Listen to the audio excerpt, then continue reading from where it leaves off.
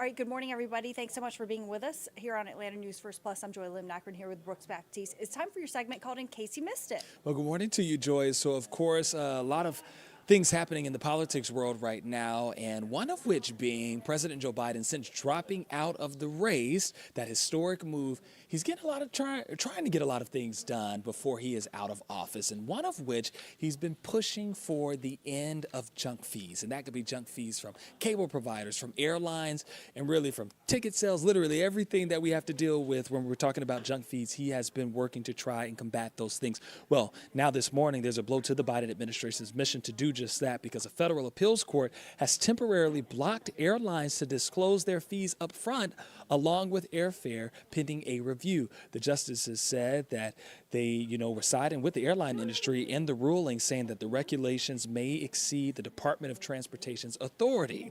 The department has said these rules stop consumers from getting hit with these surprise fees. Now, I don't know about you, Joy, but have you ever found yourself in a situation where you've been purchasing a plane ticket or you've purchased a concert ticket and it was just supposed to be a couple $100s, Right. but then it becomes so much more than just those couple of hundred that you thought originally because of those surprise fees? Yes, absolutely. I feel like it happens all the time, and frankly, it feels like a scam. I mean, I Yeah. can't come out and say, oh, it's a scam, Right. because you get warned, but you see, oh, it's $99 or whatever it is, and you think, oh, that's a good rate, I'm going to do that, and then by the end of it, it's like at least 50% more sometimes. I know, and then you're saying, now how did we get here? Because I could have used that money on something else, maybe the Right. next airline ticket or whatnot. So, of course, Exactly. that'll be something that President Biden says that he's still going to continue to push for, but we'll be waiting to see if that eventually happens. Yes.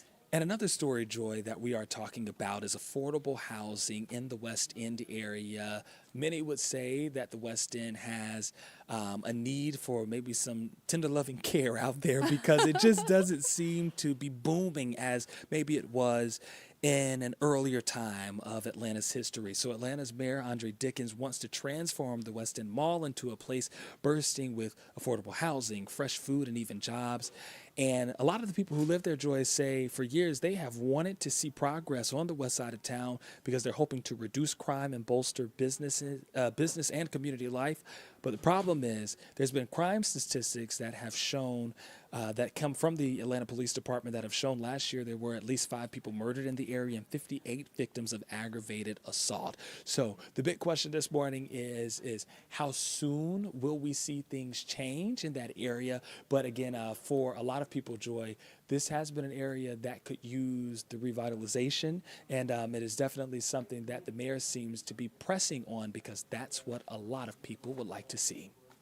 One of the things about this deal that's exciting is because the city's developer is in place, we can manage the financing of the project.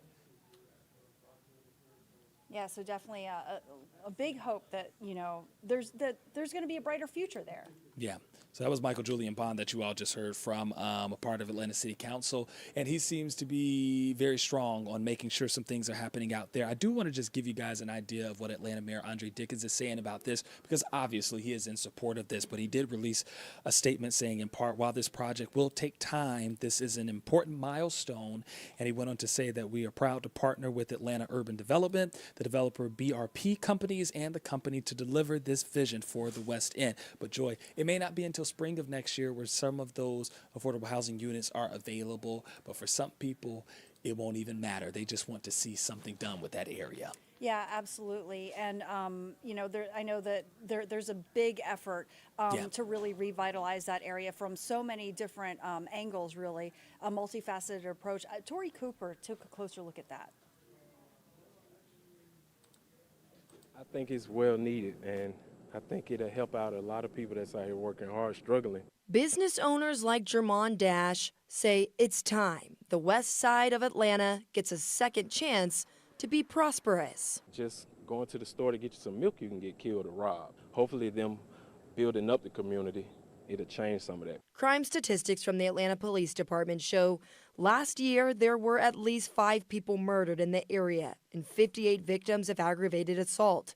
For years, residents say the West End area has been an eyesore and a place where investment is needed. We've had several developers to come along and say, hey, I want to do this, and they brought some exciting ideas, but ultimately the deals fell through because of the financing. But now there is a new plan to revitalize the 12-acre property with nearly 350 new affordable housing units for Atlanta residents and students, a grocery store, fitness center, and more.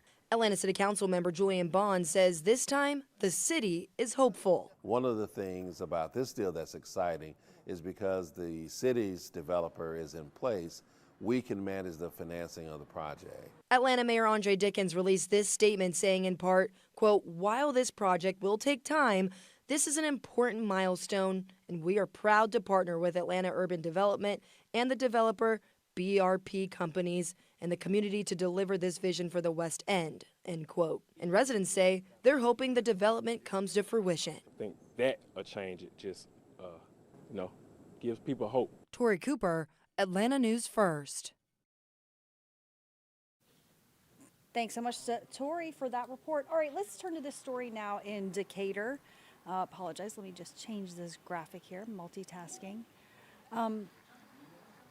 But there's really a big push for pedestrian safety. There's some new recommendations to actually change speed limits on Decatur streets because of concerns about pedestrian safety. The goal, just get you to slow down, make sure that everyone's safe, and it comes just as school is set to reopen, right? Atlanta News First, Yasmina Alston has more. Yeah, walking every day. On foot is how Decatur High School student Nikki is getting to school this year. The first day is Tuesday, and he'll be walking along these main roads to get there. I guess it's busy. It's pretty busy because it's like a busy street. Nikki will be joined by many other pedestrians. That's why he says any changes to make their journeys safer are welcome. Recently, the Georgia Department of Transportation gave the city of Decatur recommendations to do just that, lowering the speed limits on state routes through Decatur to 30 or 35 miles per hour depending on the street. Those include Scott Boulevard, Claremont and College Avenue, Commerce Drive, and South Candler Street, according to our news partners at Decatur-ish. GDOT also looked at intersections and recommended where no turns on red could be implemented, such as at Commerce Drive and Church Street, among others. This includes some of Nikki's path to school. Yeah, I think that's a good idea. I mean, it's a school zone, right? So it would obviously make it safer. Parents agree, especially since there have been multiple incidents involving pedestrians in Decatur, including a crossing guard who was hit and injured late last year. The city has had ongoing efforts to improve the street safety. In January, officials told Atlanta News First they were working on traffic calming projects. I'm pro lowering speed limits. Yeah, I think that would be great. Yasmina Alston, Atlanta News First.